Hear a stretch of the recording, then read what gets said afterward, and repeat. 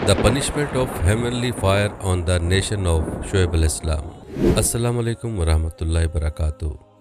प्यारे दोस्तों, उम्मीद है आप सब खैरियत से होंगे। आज की वीडियो में हम आपको कौम मदीन के बारे में बताएंगे और ये भी बताएंगे कि उस कौम पर अल्लाह ताला ने किस नबी को मबऊस फरमाया। लिहाजा वीडियो को आखिर तक लाजमन देखिएगा। शोएब अलैहिस्सलाम भी एक अजीम नबी थे। आप यूनुस अलैहिस्सलाम से पहले या बाद में तशरीफ़ लाए। मुफस्सिरीन और मुर्रखीन के अकवाल इस बारे में मुख्तलिफ हैं। आप अरबी नस्ल हैं। आप मदीन बिन मदाइन बिन इब्राहीम अलैहिस्सलाम की तरफ मंसूब हैं। आप जिस शहर में मबूस हुए उसका नाम मदीन था या फिर यह उस कबीले का नाम था जो इस बस्ती में आबाद था।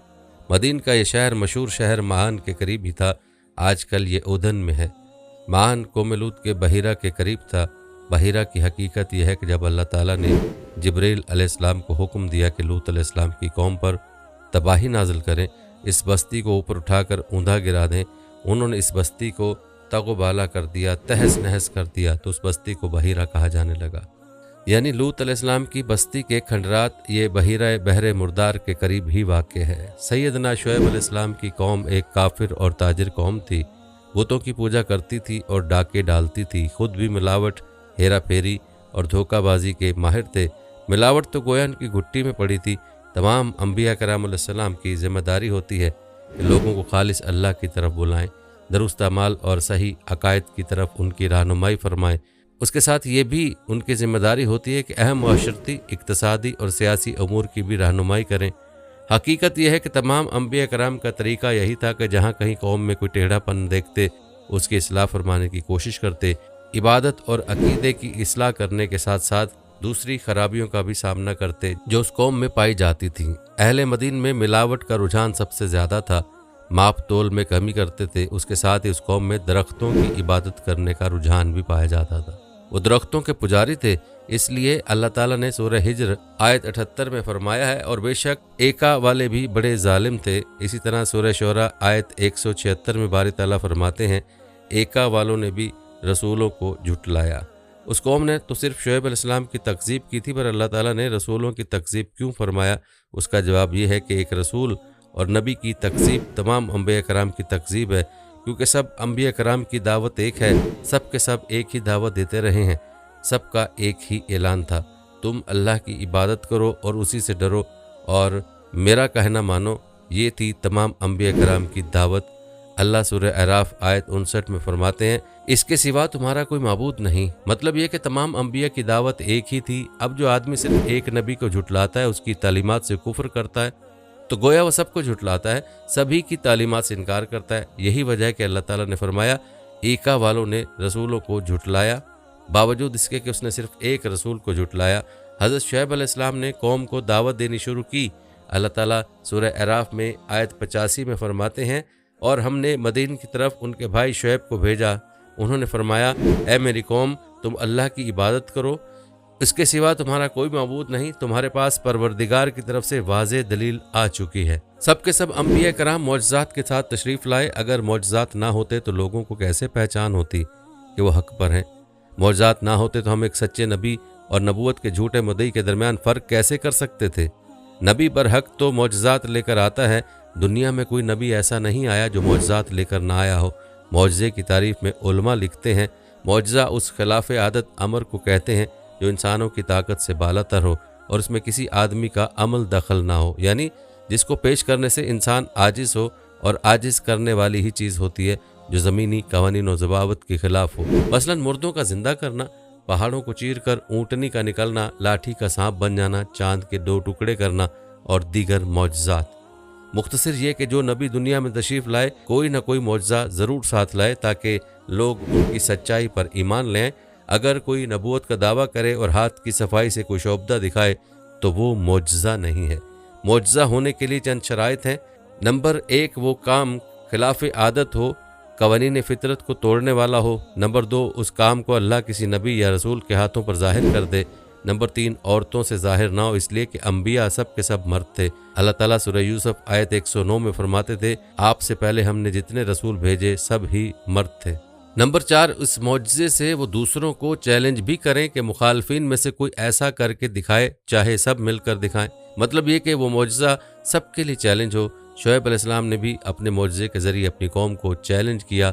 अल्लाह ताला ने उनकी ज़ुबान से सूरह अराफ आयत 85 में फरमाते हैं, तुम्हारे पास तुम्हारे रब की तरफ से वाज़ेह दलील आ चुकी है। शुएब अलैहिस्सलाम ऐसे वाज़ेह और रोशन अमूर उनके सामने पेश करते हैं कि जिन पर अमल पैरा होकर वो दुनिया और आखिरत में फलाह पा सकते थे। सूरह अराफ आयत 85 में है, बस तुम नाप तोल पूरा पूरा किया करो और लोगों को उनकी चीज़ें कम मिकदार करके मत दो और रुए ज़मीन में उसके बाद उसकी दुरुस्तगी कर दी गई, फसाद मत पिलाओ, ये तुम्हारे लिए फ़ायदा मंद है अगर तुम तस्दीक करो।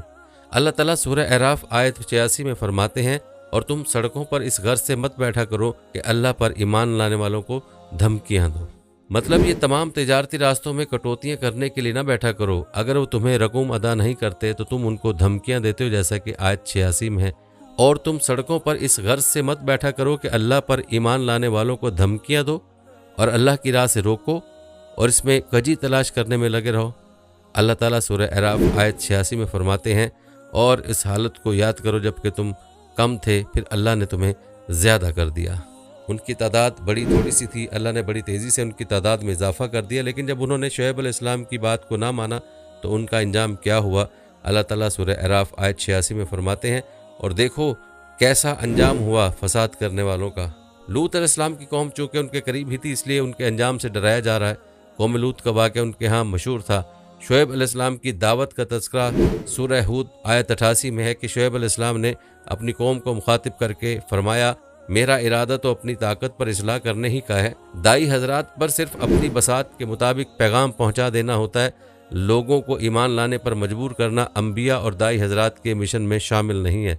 अल्लाह ताला सूरह गाशिया आयत 22 में फरमाते हैं, आप उन पर मुहासिब नहीं हैं। मतलब ये कि आप उन्हें ईमान लाने और राह रास्त पर चलाने के लिए मजबूर नहीं कर सकते। आपके ज़िम्मे यही अमर है कि आप उनकी इस्लाह करने की कोशिश करें। सूरह हूद आयत 88 में, मेरा इरादा तो अपनी ताकत पर हासिल करने का ही है, मेरी तौफीक अल्लाह ही की मदद से है, उसी पर मेरा भरोसा है और उसी की तरफ मैं रजू करता हूँ। जब शुएब अलैहिस्सलाम ने उन्हें उन बातों की तरफ दावत दी तो उन्होंने कुफ्र किया, आपको झुटलाया, बल्कि यूँ कहने लगे।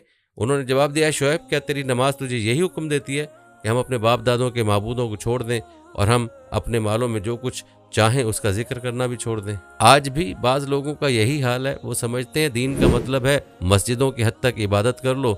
सियासी और माशरती ज़िंदगी में दीन की कोई ज़रूरत नहीं समझते। उन मामलात को दीन से अलग चीज़ तसव्वुर करते हैं। कहते हैं बस जी ये तो दुनिया के मशागिल हैं। यही हाल था शुएब अलैहिस्सलाम की कौम का।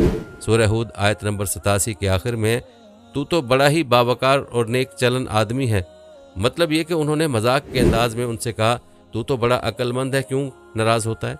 सैयदना इब्न अब्बास रज़ियल्लाहु ताला अन्हु से रिवायत है कि वो ये बात उनसे मजाक के अंदाज में कहते थे, उनकी तारीफ़ नहीं करते थे। फिर शुएब अलैहिस्सलाम ने उन्हें उन अल्फाज में समझाया, और ए मेरी कौम, मेरे खिलाफ सिर्फ तुम्हारे लिए इस बात का बाइस ना हो जाए कि तुम्हें भी वैसा ही मामला पेश आ जाए जैसा कौम नूह या कौम हूद या कौम सालेह को पेश आ चुका है, और कौम लूत तो तुमसे कुछ दूर नहीं। मतलब ये था कि कौम लूत तो तुम्हारे बिल्कुल नज़दीक थी। उन पर आने वाले अजाब से तो तुम खुद अच्छी तरह खबरदार हो, जानते हो उनके साथ क्या सलूक हो चुका है। फिर आपने फरमाया, तुम अपने रब से इस्तग़फ़ार करो और उसकी तरफ तवज्जो करो। यकीन मानो कि मेरा रब बड़ी मेहरबानी वाला और बहुत मोहब्बत करने वाला है। उम्मीद है कि आज की वीडियो आपको अच्छी लगी होगी। अगर वीडियो अच्छी लगी तो लाइक करके हमारे चैनल को सब्सक्राइब करें और बेल आइकन को क्लिक करें ताकि हमारे आने वाली वीडियोस का नोटिफिकेशन आपको मिलता रहे। कमेंट बॉक्स में कमेंट करके अपनी आरा से भी आगाह करें। अगर ज़िंदगी रही तो एक और वीडियो के साथ इंशाल्लाह हाजिर होंगे। अभी हमें इजाज़त दें। अल्लाह हाफिज़।